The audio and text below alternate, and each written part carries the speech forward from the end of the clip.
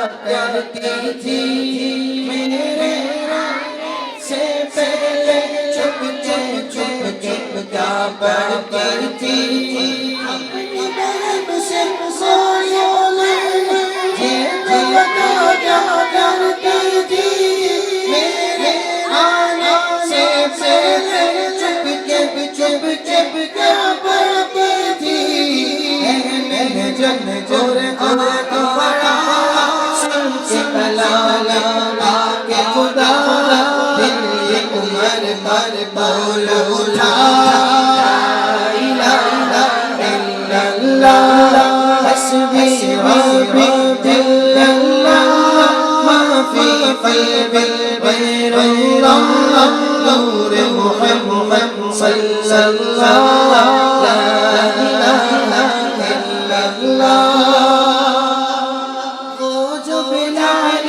حبشی سے دی تک پیارا دنیا کے ہر عرشی آنکھوں کو وہ بارا وہ جو بلال حبشی سے دی تک پیارا ہر عرشی آنکھوں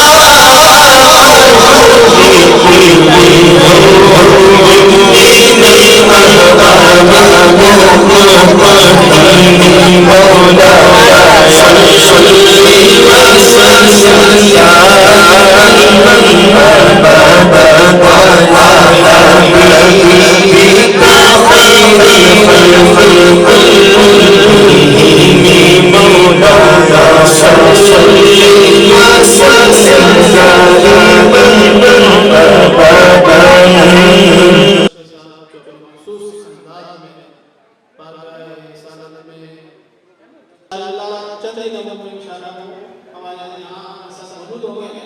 انضم میں دعوت میں قاری طیب وہ بھی صحیح صاحب کے وہ بارگاہ رسالت میں نذرانہ حاجت پیش کریں. ایک بار پھر تمام لوگوں کی گزارش ہے کہ اللہ کا خیال رکھیں اپنے اپنی خدا را مل کر کریں، پیار سے رہیں. تھوڑی زندگی ہے، محبت سے رہیں، دوریاں نہ پیدا ہوں.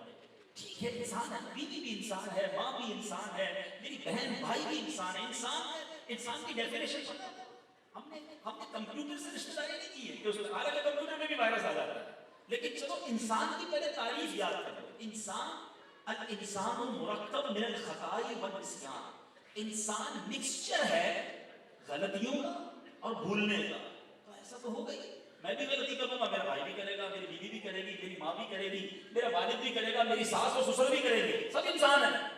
مگر ہم غلطی پکڑنے والے بن جائیں گے تو پھر نہیں چلے. اللہ کرے دل میں اتر جائے میری بات، معافی ہو کر گزر کا ذہن مل جائے. اور یہی دعوت اسلامی کا مدنی ماحول مجھے اور آپ کو سکھاتا ہے. آج ایک بیان سنا ہے، امید کرتا ہوں دل پر کچھ اثر ہوا. لیکن اگر بار بار بیانات سنیں گے، مدنی چینل دیکھیں گے اور آپ نے مرید کی بات سنی ہے نا، میں چاہوں گا ہر ہفتے پیر و مرشد کی بات بھی سنا کرو، اللہ کے ولی کا دیدار بھی کیا کرو، فیملی کو بٹھا کر مدنی مذاکرہ دیکھا کرو. انشاءاللہ سب کی تربیت ہوگی. ہر سیٹرڈے کو رات کو 9:30 بجے کے قریب امیر علیہ سنت بیان فرماتے ہیں، مدنی مذاکرہ فرماتے ہیں. تو دیکھیں گے تو آپ سب کی تربیت ہوگی. اللہ تعالیٰ آپ سب کو سلامت رکھے، اس کمیونٹی کے تمام عاشقان رسول کی خیر فرمائے. جن گھروں میں ناراضگیاں ہیں، دوریاں ہیں، بہنیں اور بھائی یعنی میاں بیوی دور ہیں، اللہ ان سب کو پھر سے ملا دے، گھر میں خوشیاں عطا کر دے، جھگڑے ختم ہو جائے. ہم اللہ سے دعا کرتے ہیں. اس کے لیے کردار آپ کو ادا کرنا پڑے گا، ہمارے بڑوں کو ادا کرنا پڑے گا. اللہ تعالیٰ میلاد کے صدقے ہمارے گھرانوں کو خوشحال گھرانہ بنائے، جنتی گھرانہ بنائے. آمین بجاہ نبی صلی اللہ تعالی علیہ وسلم.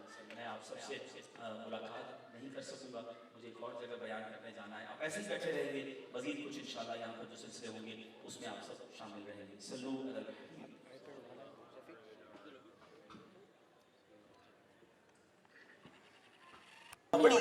بڑی خوبصورت حدیث، ایک ہی حدیث اور کتنے سارے ٹاپک نبی پاک علیہ السلام نے گویا ہمیں عطا فرمائے. ایک بار نبی پاک منبر پر تشریف رکھنے گئے، پہلی سیڑھی پر پیر رکھا، فرمایا آمین.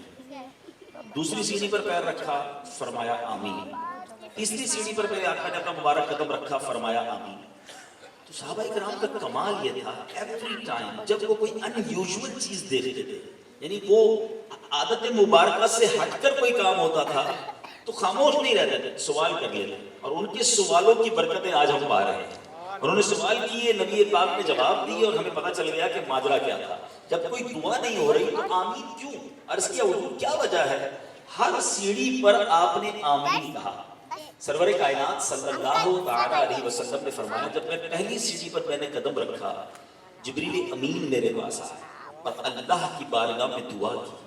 اور دعا کا اب میں حدیث کا خلاصہ بیان کر رہا ہوں.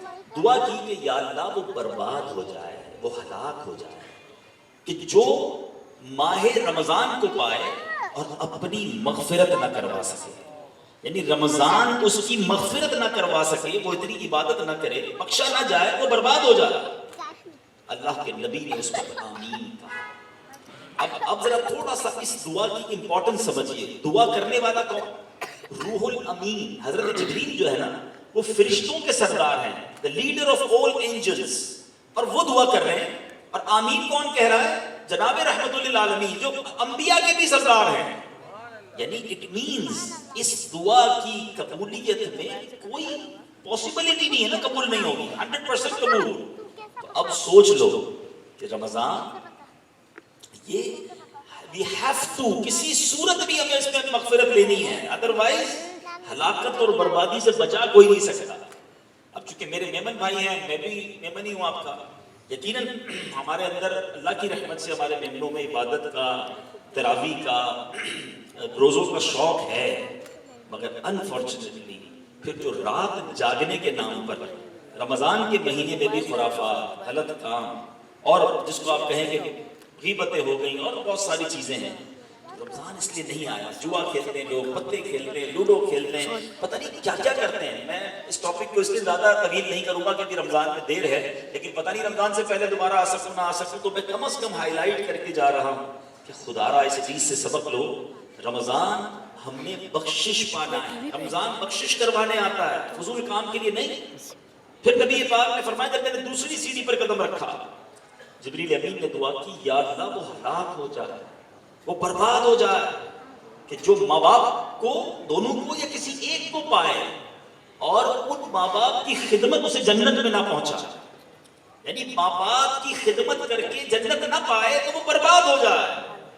اب یہاں غور کریں, کتنے ایسے اسلامی بھائی مدری منع بھی بیٹھے ہیں, نوجوان بھی بیٹھے ہیں, ہم میں سے بہت سو کے ماں باپ ہمارے ساتھ ہیں, مگر کیا اتنی خدمت ہو رہی ہے, کیا اتنی کیئرنگ ہو رہی ہے کہ وہ خدمت ہمیں جنت میں پہنچا دے؟ اگر ایسا ہے تو پھر تو ٹھیک ہے, اور اگر ایسا نہیں, ماں باپ تکلیف میں ہیں, ماں باپ پریشان ہیں, ماں باپ دکھی ہیں, ٹینشن میں ہیں, روز تکلیف ہے ماں باپ کو ہماری وجہ سے, سوچ لو ماں باپ تو ناراض ہوئے رب بھی ناراض ہو جائے گا. اللہ کے حبیب نے جبریل امین کی اس دعا پر آمین کہا ہے کہ جس نے ماں باپ کو پایا اور ان کی خدمت سے جنت حاصل نہ کی وہ برباد ہو جائے. بات کرنے میں باپ کو خوف آ رہا ہے, ایسی اولاد کس کام کی. سوچو میرے بھائیوں کہ جس سے ماں باپ ڈر رہے ہو بات کرنے کے لیے, ماں باپ تو وہ ہستی ہیں, آپ پڑھیں حدیثیں, آپ پڑھیں قرآن کی آیات, شریعت کے اندر مجھے ایک ایسا معاملہ بتا دیں کہ صرف کسی کو محبت سے دیکھو تو حج کا ثواب مل جاتا. اللہ کے حبیب فرماتے ہیں ماں باپ وہ ہستی ہیں, اے خوش نصیبوں جن کے ماں باپ زندہ ہیں, سنو چلے جائیں گے پھر بڑا یاد آئیں گے, پھر بڑی ان کی یادیں آئیں گی, پھر یہ خیال بھی آئے گا کہ میں نے ویسی خدمت نہیں کی جیسی کرنی تھی. نبی پاک فرماتے ہیں جو ماں باپ کو محبت کی نگاہ سے دیکھے, خدمت کی بات نہیں ہو رہی, پیر دبانا, کھانا لا کر دینا, ان کی بات ماننا, ان کے ہاتھ پیر چومنا, ان کو خوشیاں پہنچانا, وہ تو بہت آگے کی بات ہو گئی. اونلی صرف محبت سے دیکھا کسی نے, اللہ کے حبیب فرماتے ہیں, اللہ کے حبیب فرماتے ہیں اللہ اسے مقبول حج کا ثواب عطا فرماتا. صرف دیکھنے کا اتنا ثواب. اور ہمارے صحابہ بھی کمال کرتے تھے. صحابہ نے بڑا پیارا کوسچن کیا, مثال کے طور پر جس کے والد گھر میں ہیں, الحمدللہ میں ابھی آتے ہوئے اپنے والد صاحب کا ہاتھ چوم کے آیا.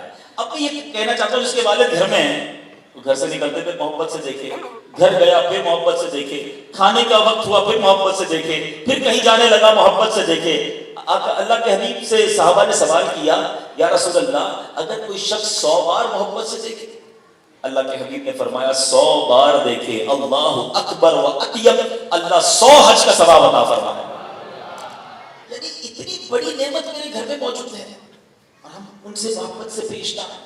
اور یہاں ایک بات بڑی اہم ہے کہ اگر ہم نے انہیں راضی نہ کیا نا, ہم بھی برباد ہو جائیں گے, کیونکہ اللہ کے حبیب نے آمین کہا ہے. نبی پاک سے کسی نے سوال کیا کہ حضور یہ بتائیں ماں باپ کا حق کیا ہے؟ پیارے آقا کمال کی ہستی, یقین کرو حدیثیں پڑھو نا تو اندازہ ہوتا ہے کہ ایک ایک جملے میں, وہ کہتے ہیں نا کوزے میں دریا بند کر دیا, نبی پاک نے ایک جملے میں جواب دے دیا. فرمایا ماں باپ بھی تیری جنت ہے, ماں باپ بھی تیری دوزخ ہے. ختم, بات کلوز کر دی. اب سمجھو, ماں باپ کی خدمت کرو گے تو جنت میں جائیں گے, انہیں ناراض کرو گے تو پھر کوئی اور برا کام کرو نہ کرو دوزخ تمہارا مقدر ہو جانے ہے. سمجھ لیجیے جن کے ماں باپ حیات ہیں وہی تمہاری جنت ہیں, وہی تمہاری دوزخ ہے. تو نبی پاک نے آمین کہا ہے اس دعا پر. اور اب اگلا آمین, صحابہ نے کہا تیسری بار بھی تو آمین کہا. ارشاد فرمایا جبریل نے تیسری دعا یہ کی کہ یا رسول اللہ صلی اللہ تعالی علیہ وسلم, آپ کا اگر کوئی امتی آپ کا نام سنے اور آپ پر درود نہ پڑھے تو وہ ہلاک و برباد ہو جائے. آقا نے اس پر بھی آمین فرمایا ہے. اب ذرا سوچئے, ہم درود پاک کو گرانٹڈ لے لیتے ہیں, پڑھ لیا تو ٹھیک ہے, نہیں پڑھا تو کوئی بات نہیں. ایسا نہیں. مومن مسلمان پر حق ہے نبی پاک کا, ہم امتی ہیں نا, غلام ہیں نا, امتی پر یہ حق ہے رسول اللہ صلی اللہ علیہ وسلم کا کہ ان پر درود پڑھتا رہے. درود کے بغیر زندگی بیکار ہے. لیکن اب ایک ایشو ضرور آئے گا کہ ابھی ہم محفل میں بیٹھے ہیں, مجھ سے پہلے بھی کچھ نعت خوانوں نے نعت پڑھی, میں نے بھی بیان جب شروع کیا ہے اب تک کئی بار پیارے آقا علیہ السلام کا نام لے لیا ہے, تو انسان ہر بار درود پڑھنے میں ہو سکتا رہ گیا ہو. محفل میں گئے, کئی بار نبی پاک کا نام لیا گیا, درود پاک نہیں پڑھا, اب کیا ہوگا؟ تو علماء نے بڑا پیارا سولوشن دے دیا. فرماتے ہیں کہ آپ دن میں ایک پرٹیکولر تعداد مقرر کر لیں, 100 بار, 200 بار, اللہ نے جس کو ہمت دے 313 بار. تو کیا ہوگا اگر آپ نے کچھ تعداد مقرر کر کے روز درود پڑھنا شروع کر دیا, تو دوران پورے دن میں اگر نبی پاک کا نام سنا تھا اور درود نہیں پڑھا تھا, تو یہ درود پڑھنا اس کے قائم مقام آلٹرنیٹو ہو جائے گا. بھائی میرے میٹھے اسلامی بھائیوں, مجھے ہمارے افضل بھائی نے بالخصوص اور یہاں کی جو کمیٹی کے لوگ ہیں یہ مجھے بتاتے ہیں کہ چونکہ ہم ایک فیملی اجتماع کرتے ہیں, ہماری کمیٹی کی اور کمیونٹی کے لوگ ہوتے ہیں, تو آپ کوئی ایسا ٹاپک ڈسکس کیجئے گا کہ جس سے ہمارے گھر میں, ہماری فیملی میں ایک اچھا ماحول بنے, ہماری تربیت ہو کہ اپنے رہنا کیسے ہے. آپ دیکھیں یا مجھے بہت سارے نمازی نظر آ رہے ہیں, ماشاءاللہ, اللہ آپ کو نمازوں کی استقامت عطا فرمائے. ہم ممن ہیں اللہ کی رحمت سے, ہم اس پر اللہ کا شکر ادا کرتے ہیں کہ ہماری بڑی تعداد. اب نوجوان بگڑتے جا رہے ہیں, ایسا نہ کرو بھائی, میمنوں کا نام کیوں برباد کرتے ہو؟ ہمارے الحمدللہ میمنوں کے بارے میں مشہور تھا کہ بچہ بچہ اس کا نمازی ہوتا ہے. ہمارا بچہ بچہ ہی نمازی ہونا چاہیے. اللہ, اور یہ ماں باپ کو بھی چاہیے کہ ہمارے ماں باپ نے جس طرح ہمیں نماز کے درس دیا, ہمیں انگلی پکڑ کر کس طرح وہ مسجدوں میں لے گئے, کس طرح اولیاء کرام کی محبت, غوث پاک کی محبت ہمارے دلوں میں ڈالی, اب ہماری باری ہے کہ ہم اپنے بچوں میں یہ منتقل کریں, کیونکہ مرنے کے بعد انہی بچوں نے ہمارے لیے دعا کرنی ہے, انہی بچوں نے ایصال ثواب کرنا ہے. ہمارے بچے بعض اوقات موبائل پر, کمپیوٹر پر بڑے ماسٹر ہو جاتے ہیں نا, ہم کہتے ہیں یار دیکھو یار میرے بیٹے کو کیسے سافٹ ویئر سمجھ آتے ہیں, کیسا جناب یہ فوراً جناب کوئی چیز ڈاؤن لوڈ کر دیتا ہے, میں کسی جگہ پھنستا ہوں تو مجھے فوراً گائیڈ کرتا ہے. اچھی بات ہے ٹیکنالوجی آنا, مگر یاد رکھنا میرا اور آپ کا بیٹا گوگل, فیس بک, یاہو, واٹس ایپ کھول کر میرے اور آپ کے مرنے کے بعد ایصال ثواب نہیں کر سکے گا. اس کو قرآن پڑھنا آتا ہوگا تو مجھے اور آپ کو ایصال ثواب کرے گا. وہ مسجد جاتا ہوگا تو میرے لیے دعا کرے گا نا, وہ نمازی ہوگا تو مجھے کچھ ثواب پہنچائے گا. تو مجھے اور آپ کو ایسی اولاد چھوڑ کے جانا ہے, ایسی تربیت کر کے جانی ہے جو ہمارے مرنے کے بعد ہمارے کام آئے. لیکن اس کے لیے گھر میں امن, گھر میں سکون, گھر میں جس کو آپ کہیں پیار اور محبت, اور گھر والوں کے حقوق ادا کرنے ہوں گے. تو میٹھے اسلامی بھائیوں, اب میں بات یہ کر رہا تھا کہ نمازی ہیں ماشاءاللہ, اکثر جناب رمضان کے روزہ رکھنے والے بھی ہوں گے, اور جناب ماشاءاللہ زکوٰۃ بھی دیتے ہوں گے, صدقہ بھی دیتے ہوں گے, غریبوں کی مدد بھی کرتے ہوں گے, عمرے اور حج بھی کر لیے ہوں گے, بہت اچھی بات ہے. مگر جتنی بھی یہ باتیں ہیں اس میں اکثر وہ ہیں جو میرا اور میرے رب کا معاملہ ہے. نماز اللہ کا حق ہے, روزہ اللہ کا حق ہے, زکوٰۃ دینا یہ اللہ کا حق ہے, ہم اللہ کے حقوق تو ادا کر رہے ہیں, مگر کیا جو بندوں کے حقوق ہیں اس کی طرف دھیان ہے کہ نہیں؟ 5 وقت کا نمازی ہے مگر زبان سے انگارے برستے ہوں, روزہ ایک نہ چھوٹتا ہو, سارا گھر اس کا پریشان ہو, زکوٰۃ پوری دیتا ہو مگر خاندان کے غریب لوگ اس کی راہ تک رہے ہوں. بتائیے نا کیسی زندگی ہے؟ ایک طرف تو 100% کارکردگی ہے, 5 وقت بعض لوگ مسجد کی پہلی صف میں نظر آتے ہیں, بہت اچھی بات ہے, اللہ نہ کرے کوئی یہ نہ سمجھے کہ میں ڈسکریج کر رہا ہوں, بالکل ایسا ہی رہیے گا. مگر مسجد جاتے جاتے کتنوں کا دل توڑتے ہوئے جا رہے ہیں, کبھی کس سے الجھ رہے ہیں, کبھی کس سے الجھ رہے ہیں, اللہ کا حق ادا کیا اور کئیوں کا دل توڑ دیا. سمجھیے گا کہ ہماری زندگی میں اللہ کے حقوق یقیناً ہیں, مگر موسٹ امپورٹنٹ بندوں کے حقوق بھی ہیں. پیارے آقا علیہ السلام نے ایک بار صحابہ سے کوسچن کیا, ون آف امیزنگ کوسچن. آقا فرماتے ہیں بتاؤ مفلس کون ہے؟ میں چلے یہی سوال آپ سے کر لیتا ہوں, بتاؤ مفلس یعنی غریب کون ہے, کنگال کون ہے؟ آپ بھی وہی جواب دیں گے جو صحابہ کرام نے نبی پاک کو جواب دیا تھا. صحابہ کرام نے کہا حضور جس کے پاس درہم نہیں ہے, دینار نہیں ہے, آج کے زبان میں یہ ہو جائے گا جس کے پاس پیسے نہیں ہیں وہ غریب ہے. نبی پاک نے فرمایا نہیں, حدیث کا مضمون ہے مفلس وہ ہے جو قیامت کے دن پہاڑ جتنی نیکیاں لے کر آئے گا. روزے بھی ہوں گے, نمازیں بھی ہوں گی, صدقے بھی ہوں گے, حج بھی ہوں گے. اب کیا بہت سارے ایسے جن کے پاس پہاڑ جتنی نیکیاں ہیں انشاءاللہ, روزے ہیں, نمازیں ہیں, زکاتیں ہیں, صدقے ہیں, ہوں گے آپ کے پاس.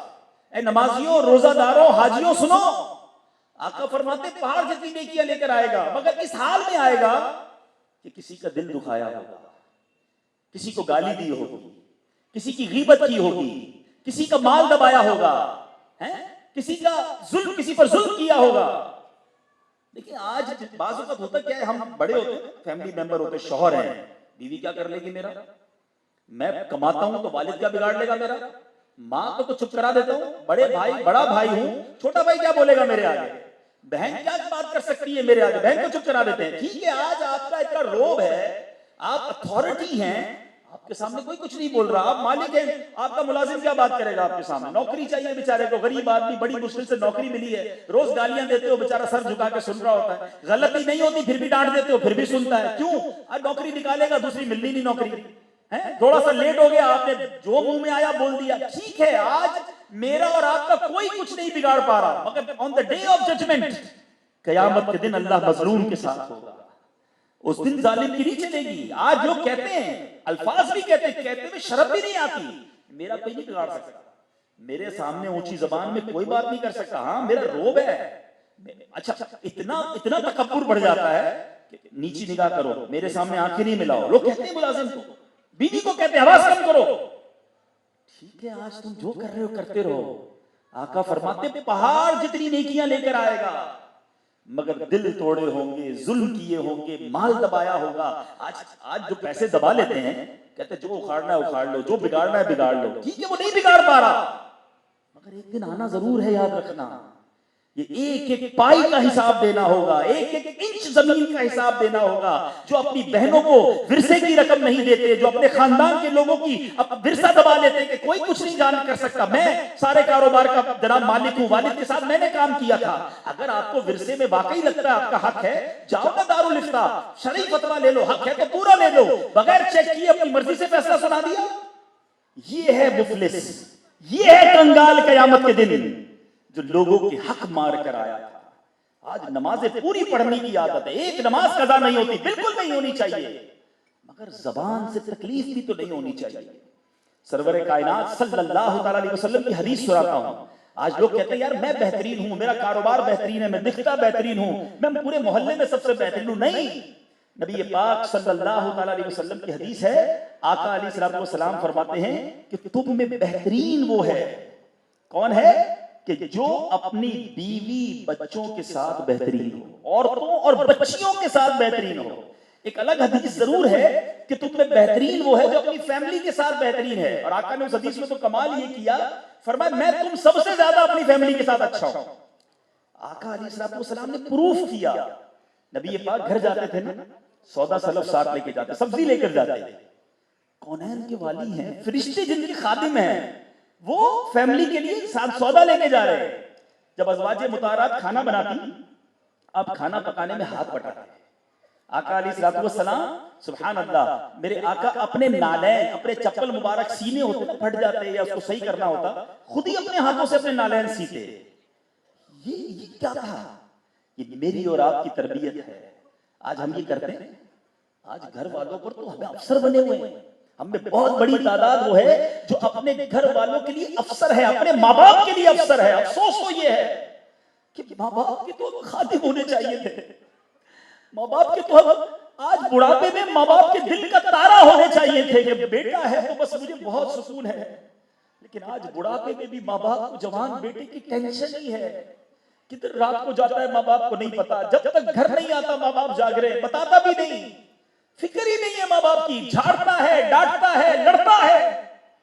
کدھر جاؤ گے اگر اس طرح ماں باپ کا دل دکھاؤ گے؟ خدا را سمجھو, میرا اور آپ کا اسلام جس نبی کا میلاد منانے جمع ہوئے نا, اس نبی کی باتیں بتا رہا ہوں. اللہ کے حبیب حسنین کریمین کو کاندھے پر بٹھاتے تھے, سواری کرواتے. بھول میں وہ واقعات کہ نبی پاک سجدے میں ہوتے تو بچے آ کر کندھے پہ بیٹھ جاتے, آقا سجدے سے سر نہیں اٹھاتے تھے. آج بچوں کو جھاڑنا, ڈانٹنا, جھڑکنا. بہت سے لوگ ایسے جن کے بچے باپ سے اتنا ڈرتے ہیں کہ وہ گھر میں جائے تو چھپ جاتے ہیں, چلے جاتے ہیں, سامنے نہیں آتے. یہ کون سی باپ کی شفقت ہے, یہ کون سی تربیت ہے ہماری؟ بہترین بننا ہے تو سب سے پہلے گھر والوں کے ساتھ بہترین, اپنے بیوی بچوں کے ساتھ بہترین, اپنے ماں باپ کے ساتھ بہترین, اپنی بہن بھائیوں کے ساتھ بہترین. بہن کا حق کتنا ہے پتا؟ ایک بار مکہ پاک میں ایک شخص تھا جس کی بڑی عبادتیں تھی. مکے میں یاد ہے نا ایک نیکی کتنی نیکی کے برابر ہے؟ ذرا بتائیے. 1,00,000. اللہ مجھے اور آپ کو بار بار مکے جانا نصیب فرمائے. مکے جاؤ تو احتیاط زیادہ کرنی ہے, کیونکہ ایک گناہ بھی 1,00,000 ہے. پتا چلا کریڈٹ کے بجائے ڈیبٹ کرا کے آ جاؤ, نیکیاں کم گناہ زیادہ. ادھر 1,00,000 گناہ ہے, ادھر بھی موبائل پہ لگے ہوتے ہیں, ادھر بھی سوشل میڈیا, ادھر بھی کلپ دیکھ رہے ہیں. اللہ کے بندوں بے پردگی ہو رہی ہے. نگاہیں ادھر بھی نیچی نہیں ہے کیونکہ وہاں تو عورتوں کا نقاب بھی نہیں ہوتا ہے احرام میں, ادھر بھی دیکھ رہے ہو جو دیکھنا نہیں دیکھنا حرام. لیکن ایک بندہ خراسانی 60 سال تک مکے میں عبادت کیسی کی کہ سارا دن روزہ رکھتا, تلاوت کرتا, رات طواف کرتا. 60 ایئرز. اس کا ایک اور دوست تھا, اس کو کوئی ٹریول پہ جانا تھا, اس نے کہا یار یہ 10,000 دینار بڑی رقم ہے, سنبھالو. پہلے بینک تو تھے نہیں کہ بینک میں ڈلوا دیں, کہا آپ سنبھالے, میں ٹریول سے واپس آؤں گا تو لے لوں گا. ان کو دے دیا, خود سفر پر چلا گیا. سفر کر کے واپس آیا تو وہ بندے کا انتقال ہو گیا.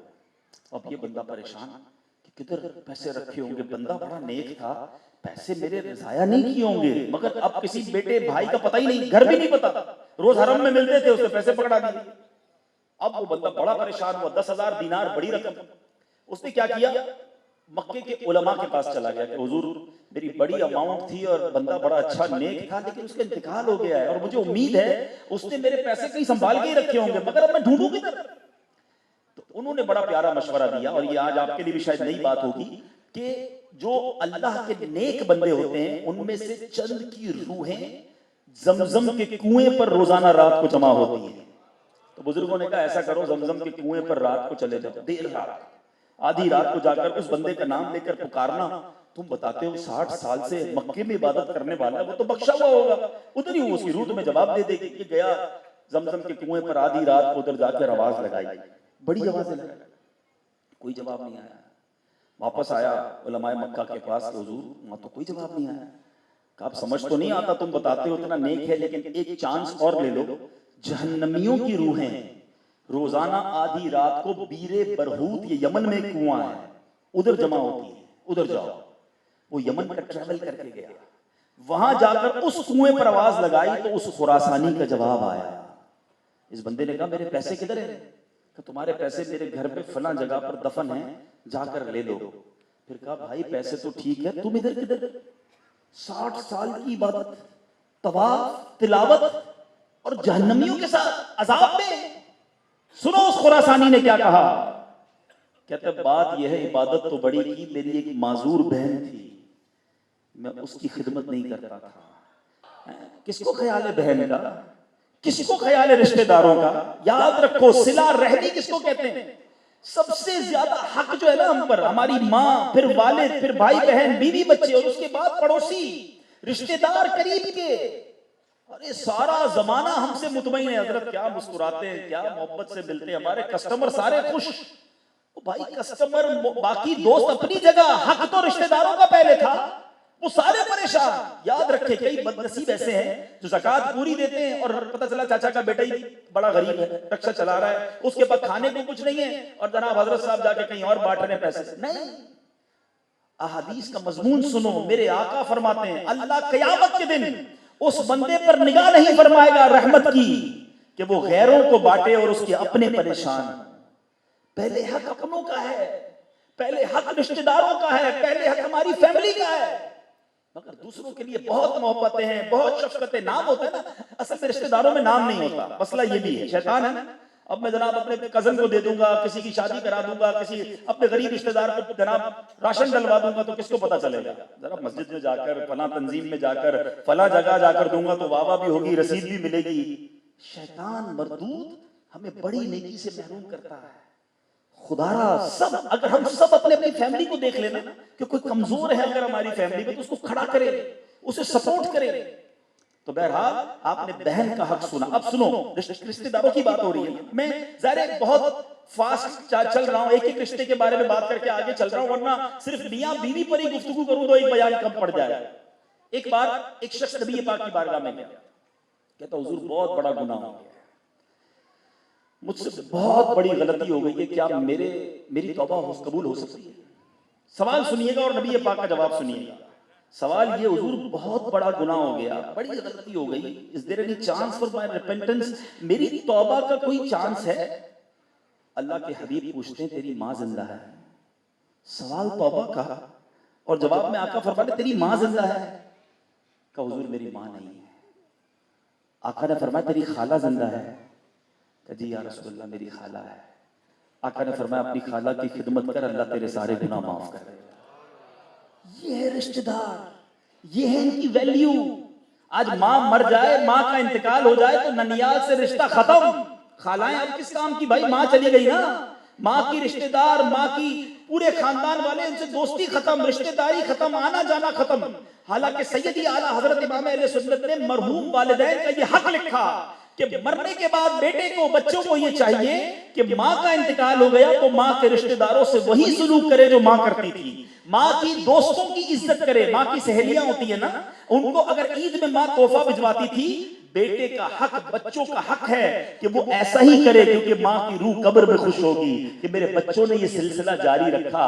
والد کا انتقال ہوا, چاچا سے رابطہ ختم, ددیال سے رابطہ ختم, والد کے دوست ملتے بھی ہیں تو بندہ ہاتھ نہیں ملاتا. نہیں, والد کے انتقال کے بعد یہ حق ہے ان کا کہ اولاد ان کے رشتہ داروں اور ان کے بچوں کے ساتھ اچھا سلوک کرے. اچھی ماں تلاش کی جائے, کیونکہ ماں پہلی درسگاہ ہے. صرف خوبصورتی نہ دیکھا کرو.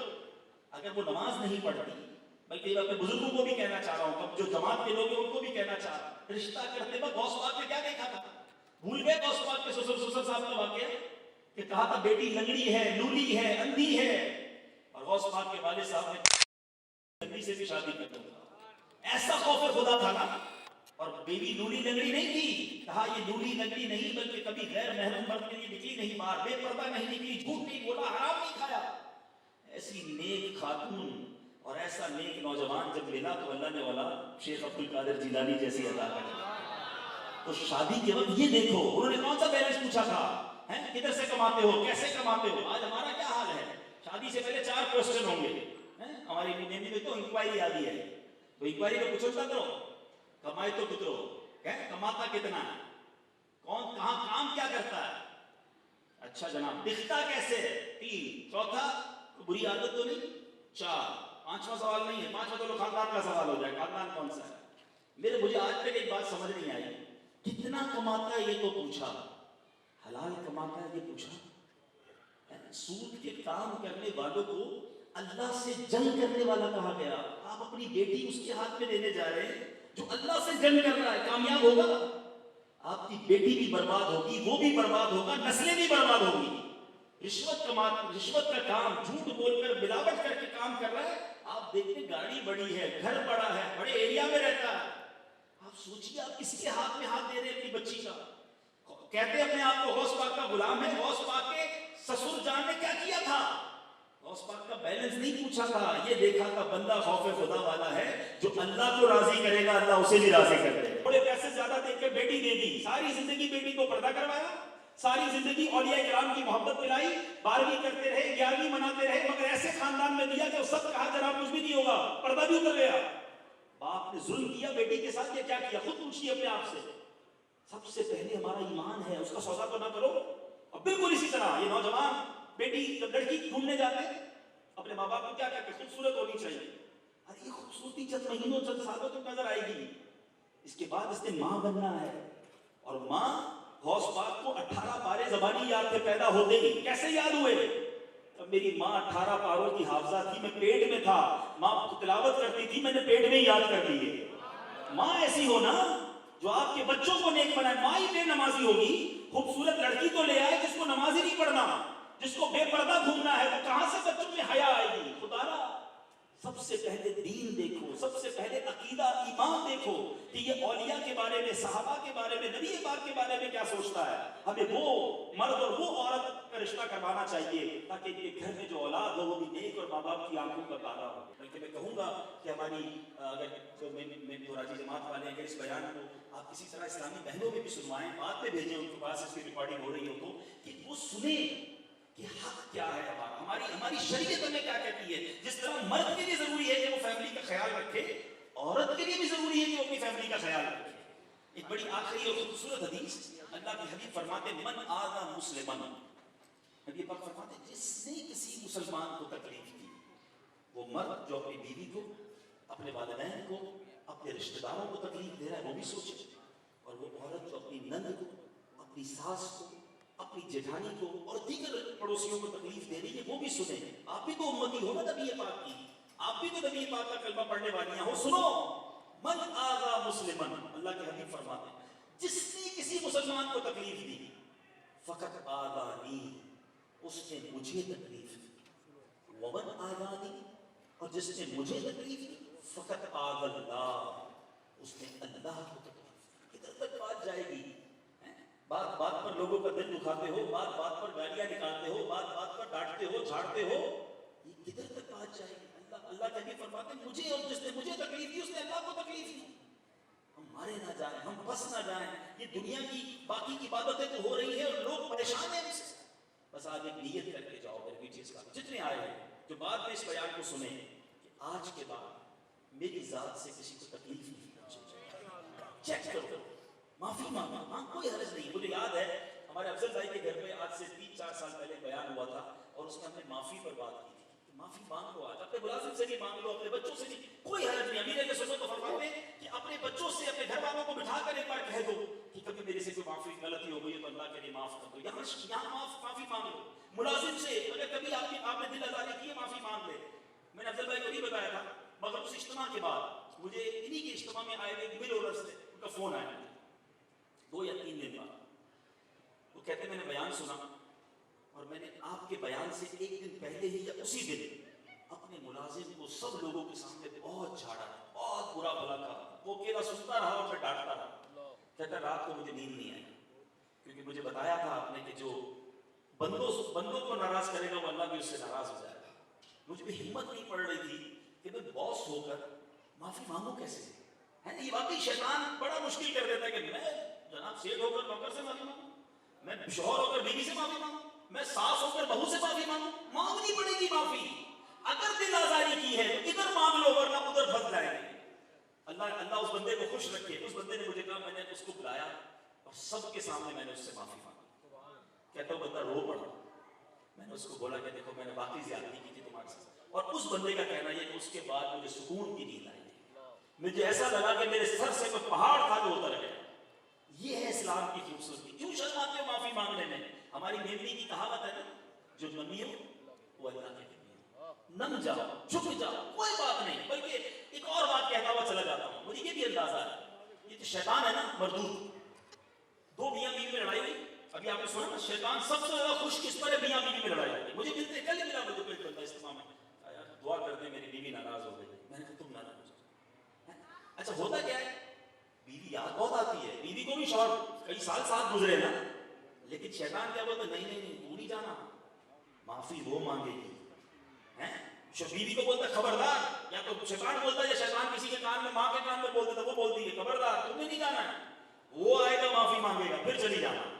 دونوں روز ایک دوسرے کو یاد کر رہے ہیں، بچے ماں باپ کو یاد کر رہے ہیں، سالوں گزر گئے، ایک سوری ہے، ایک معافی ہے جس کا دونوں کو انتظار ہے کہ پہلے وہ مانگ لے۔ وہ کہتا ہے پہلے وہ مانگ لے، آپ مانگ لو یار، آپ کہہ لو کوئی بات نہیں، جو نمیوں اللہ کے گمیوں آگے بڑھ جاؤ۔ کئی رشتہ دار ایک دوسرے سے بات نہیں کر رہے، کیوں؟ انہوں نے شادی میں نہیں بلایا تھا اپنے بچے کی، خبردار ہم بھی نہیں جائیں گے۔ سالوں ہو گئے چاچا کے یہاں نہیں گئے، سالوں ہو گئے خالہ سے تعلق ختم، سالوں ہو گئے رشتہ دار کے گھر نہیں جا رہے، کیوں؟ دل توڑا تھا، معافی مانگیں گے تو جائیں گے۔ وہ بھی معافی نہیں مانگ رہا، یہ بھی معافی نہیں مانگ رہا، شیطان خوش اور رشتہ دار دور۔ کئی بیسٹ فرینڈ آج دور ہیں، کئی پڑوسی بات نہیں کرتے ایک دوسرے سے، ایک معافی ہے جو رکی ہوئی ہے بیچ میں۔ خدا کی قسم آج آپ پہل کر لو، اللہ اکبر، یقین کرو، آپ فون کر لو، آپ چلے جاؤ کہ یار آج اجتماع میں گیا تھا، میرے آقا کا میلاد سن کر آیا ہے، اور ایک اللہ سے التجا کرنا، یقین کرو دل سے کہنا اپنے رب سے، اے اللہ میں اسے معاف کر رہا ہوں تو مجھے معاف کر۔ یقین کرو جب بندہ ہو کر بندے کو معاف کرتا ہے وہ سب سے بڑا معاف کرنے والا۔ شب قدر دعا پڑھتے ہو نا، اللہم انک عفو کریم تحب العفو فاعف عنی، ترجمہ پڑھا اس کا؟ اللہم انک عفو، اے اللہ تو معاف کرنے والا، تحب العفو معافی کو پسند کرتا ہے، فاعف عنی اللہ مجھے بھی معاف کرو نا معاف۔ جو بندہ کو معاف نہیں کرنا اللہ کیسے معاف کروائے گا؟ حدیث سنو، آقا فرماتے جس کا مضمون ہے جو بندہ معاف نہیں کرتا اسے معاف نہیں کیا جاتا، جو رحم نہیں کرتا اس پر رحم نہیں کیا جاتا۔ کرو رحم، معاف کر دو۔ آپ کو شیطان کان میں کہہ رہا ہوگا مولانا صاحب بات تو ٹھیک کر رہے ہیں مگر غلطی تو اس نے کی تھی نا، بدتمیزی تو اس نے کی تھی، کوئی بات نہیں تم معاف کرو۔ اچھا معافی کہتے کس کو ہے؟ افضل بھائی مجھے تحفہ دیں، ادھر کا بڑا اچھا سا، میں کہوں معاف کیا، لوگ کہیں گے کمال کی بات کی، تحفے پہ معاف کرتا ہے، یہ مجھے ناراض کریں گے پھر میں معاف کروں گا نا، بات سمجھ رہے؟ بات بندہ معاف